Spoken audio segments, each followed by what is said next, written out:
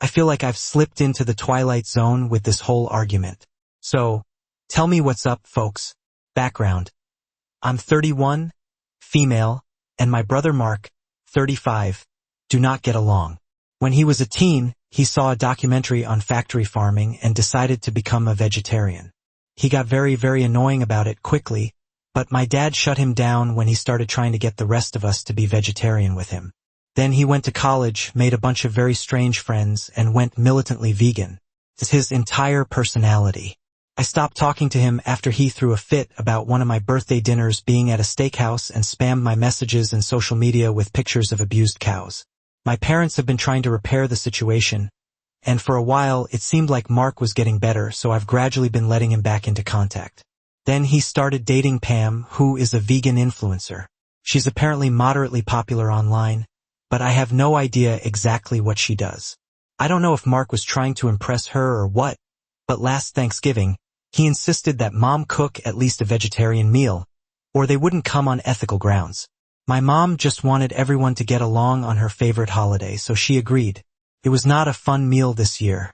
My parents have downsized for retirement, and my mom is having health problems. I bought their house when they moved, so my mom asked me to host Thanksgiving so it'd be like usual. I told everyone in the group chat, so Mark and Pam could make travel arrangements. Pam immediately started gushing about all the vegan replacement recipes she could give me to replace the traditional ones. I said to send me a main dish recipe they like, and I would give it a shot, but I'm making the traditional meal otherwise, and there should still be plenty of things they can eat.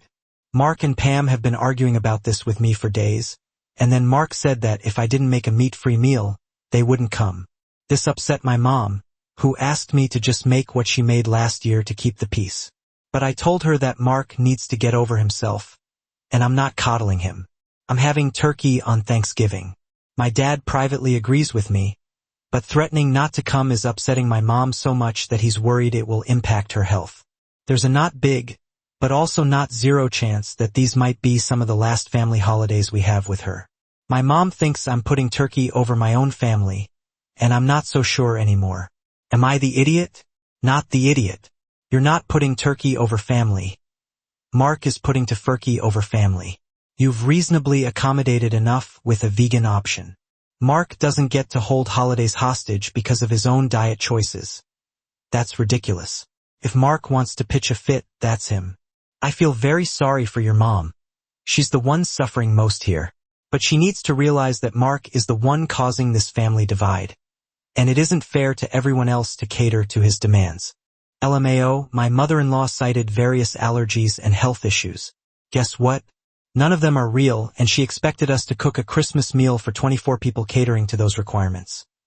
No fat, no salt, no sugar, no gluten, no dairy, no carrots, onions, garlic, celery, herbs.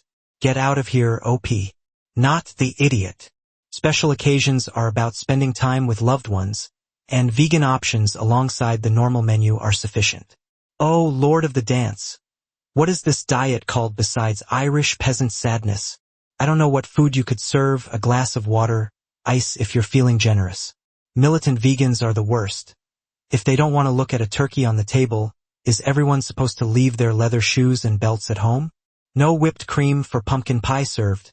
No milk offered. It gets extreme and ridiculous when they make demands of other people. OP, you aren't the one putting food over family. Your brother did that long ago by making the ultimatum, and your mother is asking you to give in because she thinks you're easier to deal with than your brother. I'm 30, male, a stay-at-home dad. My wife is 29 and we have 2 kids together. Our oldest is a preschooler, and our youngest is a toddler. I became the stay-at-home parent when our oldest was born. My brother, 36, is married to my sister-in-law, 39, and they have 5 kids together, ranging from preschooler to pretween. My sister-in-law was stunned when I became the stay-at-home parent versus my wife, who has a more traditional view of marriage and family.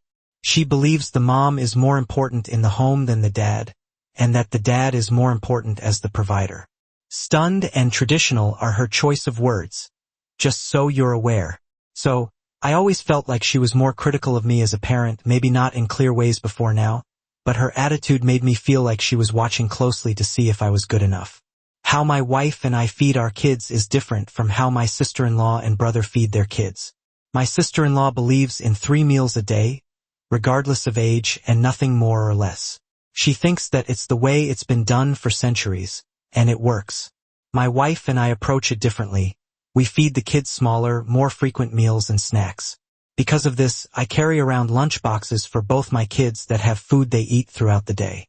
If we go anywhere, at home, my wife or I have stuff pre-made and ready to go. This means my kids eat little meals or snacks every 3-ish hours, not large quantities but smaller or more frequent than my nieces and nephews. My sister-in-law thinks it's insanity and has told me I create more work for myself. She claims I'm trying to be different because I'm a dad doing the primary caregiving. She told me I should practice doing things differently because this stuff won't work in the real world, and preschool and school won't allow for this, which isn't true with where we have chosen to send our kids. But she doesn't want to hear that. I spoke to my brother about his wife's comments on the choices my wife and I made to feed our kids and how it's not helpful or needed. He said he knew but that it was just how she was. I told him if she keeps it up, she'll be told to shut up, maybe not in a nicer way. He just shrugged. I hit this limit on Friday when my sister-in-law saw me out with the kids, my dad, and father-in-law. The 3 of us grocery shopped together some Fridays. She brought it up out of nowhere because she saw the bag I keep the lunch boxes in. She didn't even see them eat anything, but needed to say something. She told me I should practice better eating habits, and I told her she should practice keeping her opinions to herself because she doesn't get a say in how my kids eat, and she doesn't get to open a big mouth about it. Every time she sees me now, she stormed off, outraged, and there have been multiple texts from her and my brother, since he's mostly just telling me what she's saying, but she's big mad. Am I the idiot? Not the idiot. It just seems to me that my sister-in-law feels personally attacked by a man feeling familial responsibilities traditionally done by women. And from the looks of it, he's doing a good job of it too. It's her problem, and she's trying to make it yours by nitpicking at your every action. My guess is it probably goes back to the sister-in-law's own family growing up. She was never allowed to learn any other skills or pursue any other ambition.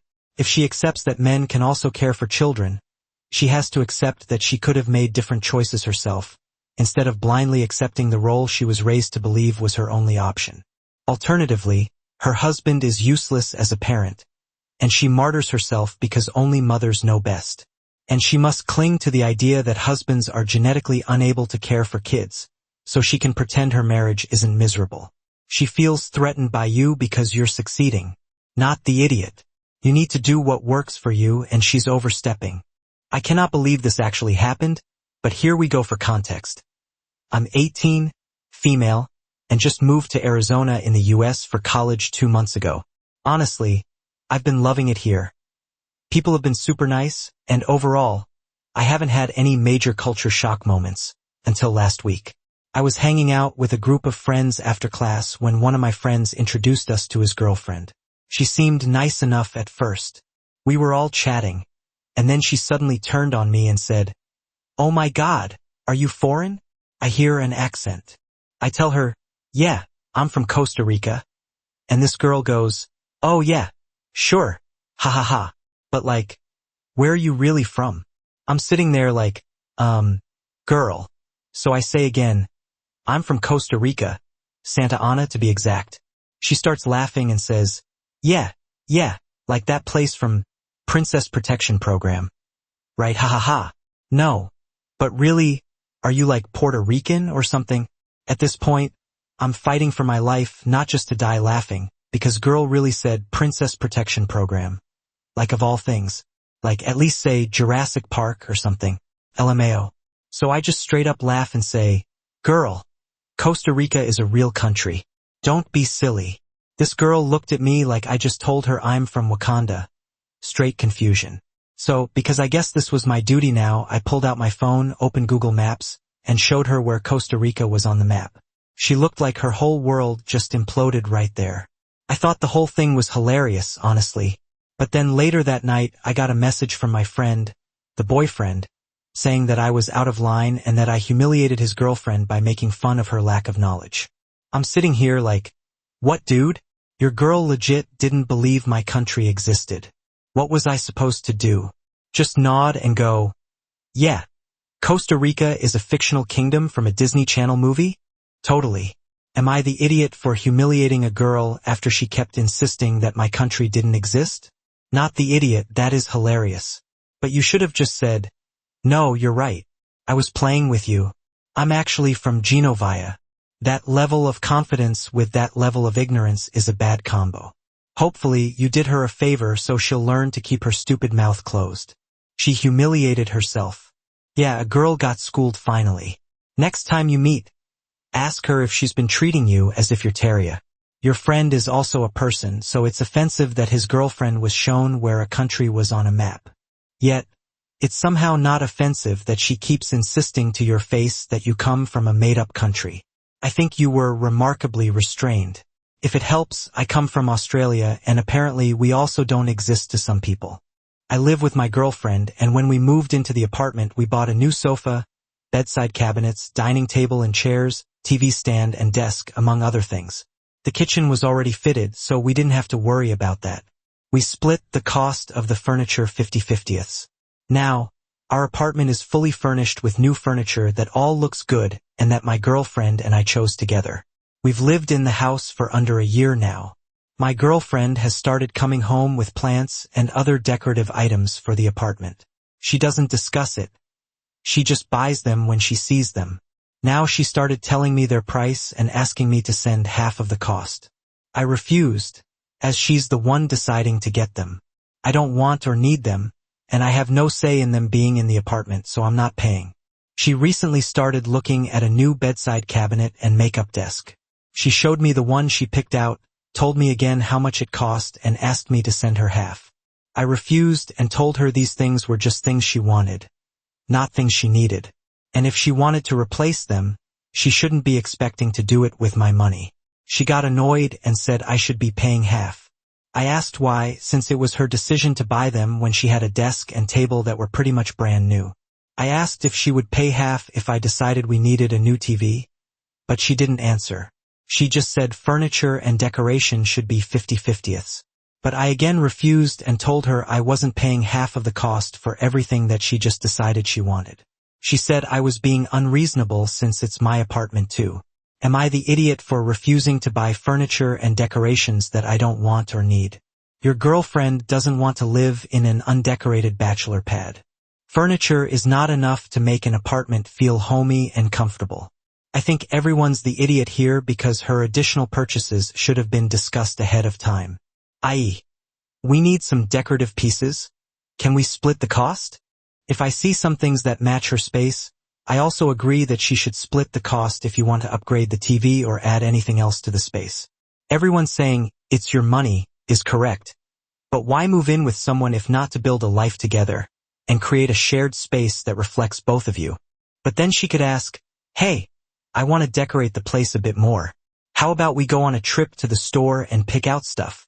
Not just bring home stuff and say, 'Give me half.'" Op had no say in the item or the pricing.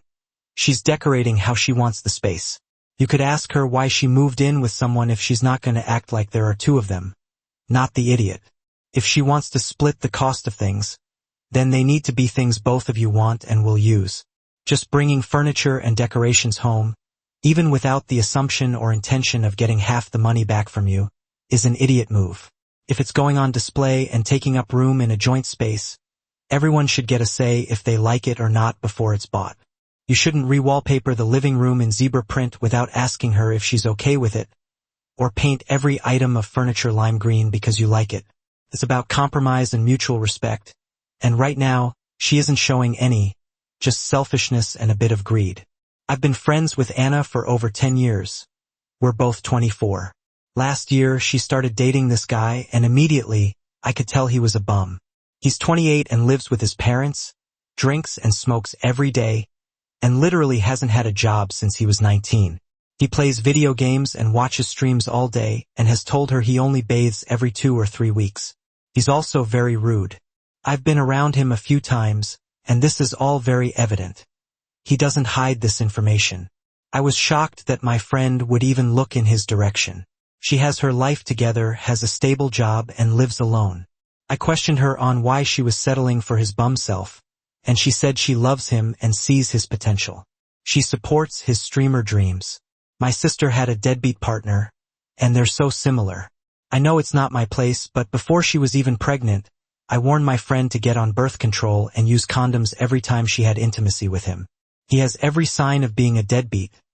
He doesn't even take care of himself. There's not a single paternal bone in his body. Anyone who brags about not changing their clothes for weeks, pees in bottles, and does substances every day is not good dad material. She told me I was insane and who thinks that way, and that she had no intentions of getting pregnant. Well, she did, just like I expected. When she told him, he told her to travel to get her termination, and she refused. Then he blocked her everywhere. She was devastated during the pregnancy, saying she couldn't believe she was doing it alone.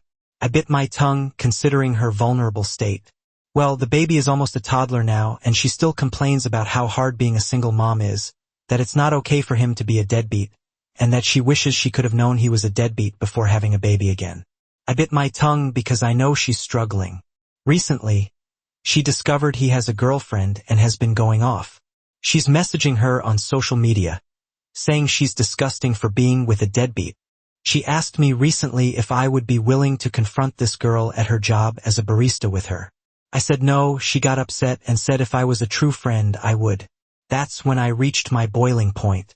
I told her that I warned her before she was even pregnant how big of a loser he is, that she has no place to judge anyone for dating him when she procreated with him and dated him too. She started crying and saying I'm an idiot because it's not her fault she has a deadbeat baby daddy. I just rolled my eyes and said it kind of is. Am I the idiot, not the idiot? Tell her she needs glasses and offer to take her to the optometrist. She's clearly not seeing correctly. You've done your good deed for the week. Her approach to bothering his new girlfriend and trying to get you involved is pathetic and stupid. She should ease up on complaining to you all the time about these optional problems. You did well in holding your tongue all those other times. Unfortunately, her way of thinking is pretty common.